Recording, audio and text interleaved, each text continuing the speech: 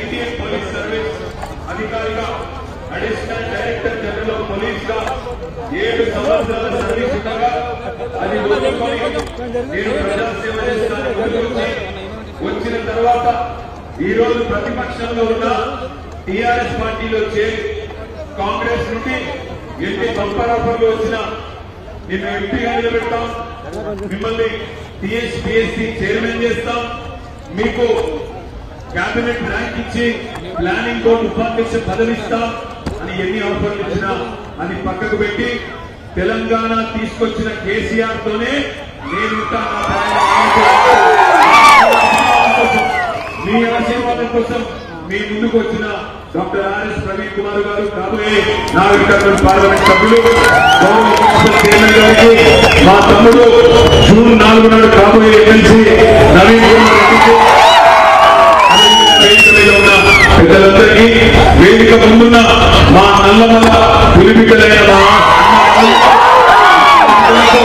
పేరు పేరున అందరికీ హృదయపూర్వక నమస్కారం. ఇవాళ అచ్చంపేటలో మీ జోష్ చూస్తుంటే, మీ ఉత్సాహం చూస్తుంటే ఇది ఎలక్షన్ ర్యాలీ ఎక్కడైతే లేదు.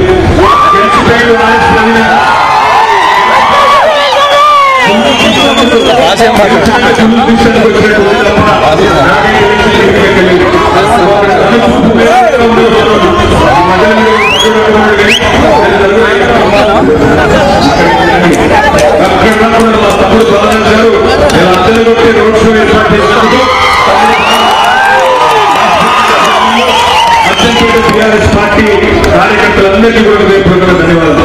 నాకు నిజంగా ఆశ్చర్యం, మీరేమని అనుకోరు, నేను పైన చెప్పుకున్న పర్లేదు కానీ బంగారం వచ్చి బాలరాజును పోగొట్టుకున్నారు మీరు. మరి 5 నెలల కింద మోసం జరిగింది. ఏ మోసం జరిగింది? అరిచేసిన వైకుంఠం చూపెట్టిండ్రు, ఇష్టం వచ్చిన నోటికి వచ్చిన హామీ చెప్పిండ్రు, వెంబడము 2 లక్షలు తెచ్చుకో నేను మాఫీ చేస్తాను, డిసెంబర్ 9 సంతకం పెడతాను,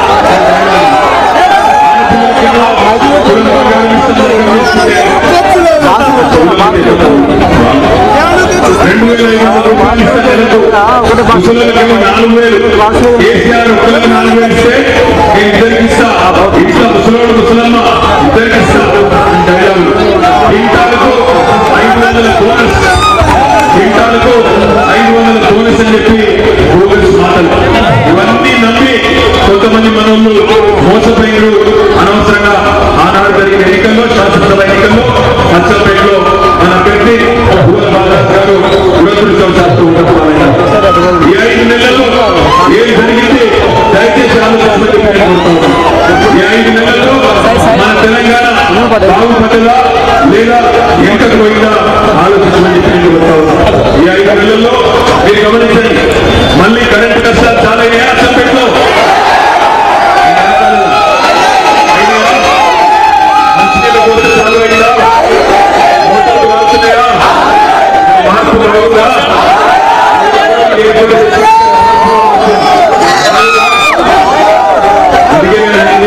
కేసీఆర్ గారు అచ్చంపేటకి వచ్చిండు, బాలరాజు కోసం ప్రచారం చేసి ఏం చెప్పిండు? మోసపోతారు, మోసపోతే మోసపడతారు అని చిల్లర చెప్పినట్టు చెప్పిండు. విన్నామా?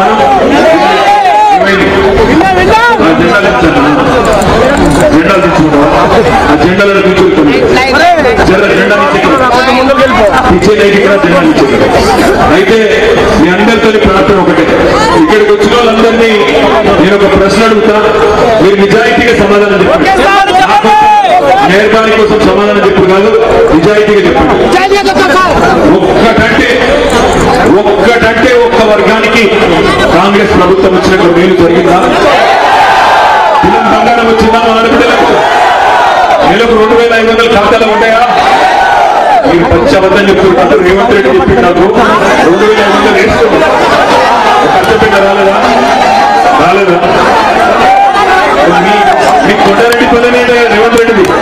కొండారెడ్డి పనులు కూడా రాలేదా? ముసలిలకు 4,000 వస్తలేవా? పక్కానా? ఆడపిల్లలకు స్కూటీలు రాలేదా? 100 రోజుల్లో అన్ని అయిపోతాయి అన్నాడు కదా, అయిపోలేదా? 150 రోజులు అయిపోయాయి. నేను అందుకే అడుగుతున్నా, ఒక్క ప్రశ్నకు నిజాయితీగా సమాధానం చెప్పండి, మనసులో ఉన్నట్టున్నట్టు చెప్పండి. కేసీఆర్ ఉన్నప్పుడే బాగుంది అనుకునేటోళ్ళు చేయవట్టే పక్కన. మేము రాఘవేంద్ర డ్రెస్సెస్ మీకు ఇప్పుడు బాగా అనిపిస్తుందా? పక్కానా ఇది? పక్కా అయితే మీ అందరికి ఒకటే విజ్ఞప్తి, మీరు ఎవరిని తన్నకుండ్రి, ఎవరిని గుద్దకుండ్రి, ఎవరితో పంచాయతీ పెట్టుకోకుండ్రి. మీకు అల్కట్ ఉపాయం చెప్తా. ఉపాయం ఏంటి అంటే, మే 13 తారీఖు నాడు కారు గుర్తు మీద ఓటేసి మాకు 10-12 ఎంపీ సీట్లు అప్పచెప్పండి. 6 నెలల లోపల తిరిగి కేసీఆర్ రాష్ట్ర రాజకీయాన్ని శాసిస్తాడు. మీరు 10-12 సీట్లు మాకు అప్పచెప్తే రాష్ట్ర రాజకీయం మళ్ళీ తిరిగి కేసీఆర్ చుట్టే తిరుగుతుంది. మీరు అనుకున్న కోరిక నెరవేరుతుంది. చేద్దామా? మరి చేద్దామా? మీ అచ్చంపేటలో ఇంత మంచి హాస్పిటల్ కట్టించిన కేసీఆర్ గారి పార్లమెంట్ అభ్యర్థికి ఓటేద్దామా? ఏ గుర్తు మనది? మరి బీజేపీకి ఓటేయరా? ఎందుకేయరు? మోడీ ఇచ్చిన 15 లక్షలు రాలేదా? మోడీ సాబ్ ఇచ్చిండు కదా, నల్లధనం వాపస్ తెచ్చిండు, 15 లక్షలు ఇచ్చిండు. రాలేదా మీకు? రాలేదా? పక్కానా? 2 కోట్ల ఉద్యోగాలు రాలేదా సంవత్సరానికి? మరి ఆయన గుడి కట్టిండు కదా, గుడి కడితే గుద్దొద్దా? మరి ఒక్క పని చేసిండు దేశంలో. ఏం చేసిండంటే, పిల్లల మనసుల నిండా విషయం నింపిండు. హిందూ ముస్లిం ఫీలింగులు తెచ్చిండు. మతం తప్ప ఇంకో మాట లేదు. ఒక కాలేజీ లేదు, ఒక్క దవాఖాన కట్టింది లేదు, ఒక్క స్కూల్ పెట్టింది లేదు, ఒక్క మంచి పని చేసింది లేదు. మొత్తం పిల్లలను ఎత్తి ఖరాబ్ చేసి మతం పేరు మీద విషయం నింపిండు మోడీ తప్ప ఒక్క మంచి పని కూడా లేదు. ఇక్కడ ఈ రోజు మన పార్టీ ద్వారా ఎంపీగా గెలిచిన వ్యక్తి, గతంలో మీ అచ్చంపేటలో కూడా ఎమ్మెల్యే ఉండే ఆయన రాములు, మరి ఆయన తీసుకొచ్చి ఎంపీ చేస్తే కేసీఆర్ గారు ఇవాళ వెన్నుపోటు ఒడిసి, కట్టప్ప కదా బాహుబలిని ఒడిసినట్టు వెన్నుపోటు ఒడిసి ఇవాళ పోయి బీజేపీలో పడ్డాడు. నేను అడుగుతున్న రాములు గారికి, ఏం తక్కువ చేసింది నీకు బీఆర్ఎస్ పార్టీ? ఎందుకు పోయినావు? ఇవాళ ఆ చెవుల పువ్వు పెట్టిన పార్టీకి ఎందుకు పోయినావు? ఏం తక్కువైంది నీకు? ఏ కారణం చేత నువ్వు ఇవాళ పార్టీ మారాల్సి వచ్చిందో చెప్పు అచ్చంపేట ప్రజలకు. నేను ఒకటే అడుగుతున్నా, ఏం బీకిండు మోడీ 10 ఏళ్లలో? ఎందుకు పోయినావు బీజేపీలకు?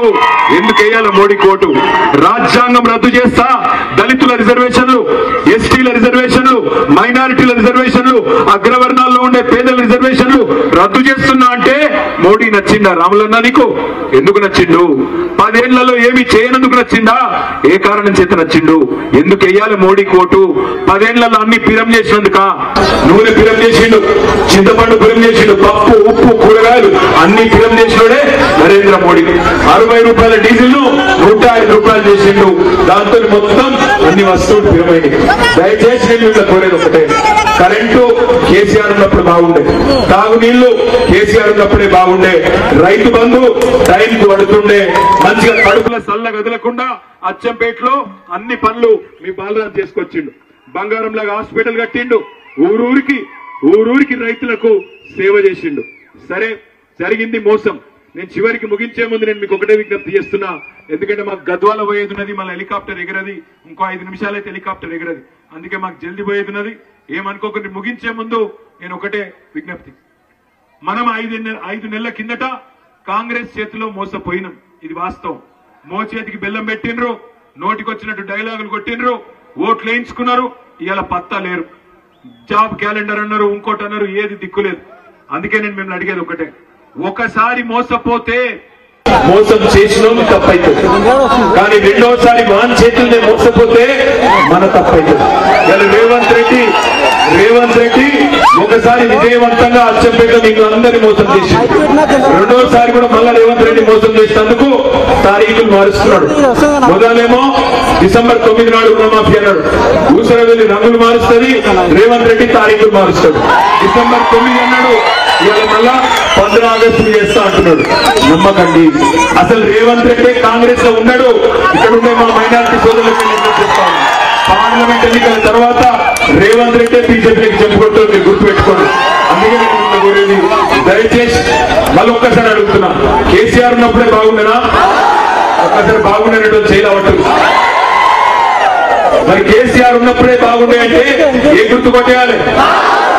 పక్కనా ఐపీఎస్ ఆఫీసరు రేపు నాగరిక కర్నూలు ఎంపీ అంటే మన గౌరవం పెరుగుతుంది, మన అచ్చంపేట గౌరవం, మన తెలంగాణ గౌరవం పెరుగుతుంది. ఒక అధికారిగానే లక్షల మంది పిల్లలకు సేవ చేసిండు. రేపు అదే పార్లమెంట్ సభ్యుడైతే ఆర్ఎస్ ప్రవీణ్ గారు మీ గౌరవాన్ని ఎట్లా కాపాడుతారో ఒక్కసారి ఆలోచించండి. రాజకీయ నాయకులు పోలేడు మంది ఉంటారు, కానీ వాళ్ళ చదువుకున్న వ్యక్తి మీ అచ్చంపేటలో హై స్కూల్ విద్యాభ్యాసం చేసిన వ్యక్తి ఆర్ఎస్ ప్రవీణ్ అన్నకు ఓటేసి పెద్ద మెజారిటీతో గెలిపించండి. మాకు గద్వాల పోయేది మళ్ళా ప్రవీణ్ అన్న 13 తారీఖు లోపల మీ కమలవాడు కావచ్చు. అందుకే మేము అనేది ఇక్కడికి వచ్చిన ప్రతి ఒక్కరు ఆర్ఎస్ ప్రవీణ్ కుమారే, ఇక్కడికి వచ్చిన ప్రతి ఒక్కరు కేసీఆర్, మీరే కథానాయకులు కావాలి, అచ్చంపేటలో బంపర్ మెజారిటీ ఇవ్వాలని కోరుతూ జై తెలంగాణ. గుర్తుకే ప్రవీణ్ కుమార్ గారి గుర్తుకే. Thank you.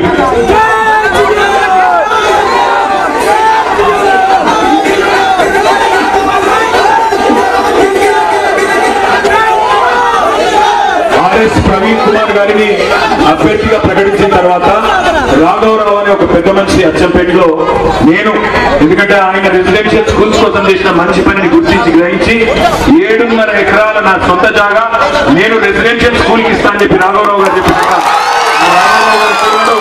ఆ రాఘవరావు గారు ఎక్కడ ఉన్నాడో ఆయన హృదయపూర్వకంగా శిరస్సు వంచి పాదాభివందనం చేస్తున్నా. మా పెద్ద మనిషి పాదాభివందనం. జై తెలంగాణ. Thank you. మళ్ళీ కలుగుతాం. అన్న గెలిచినాక మళ్ళీ జులుసి కట్ చేసుకున్నాం. జై తెలంగాణ.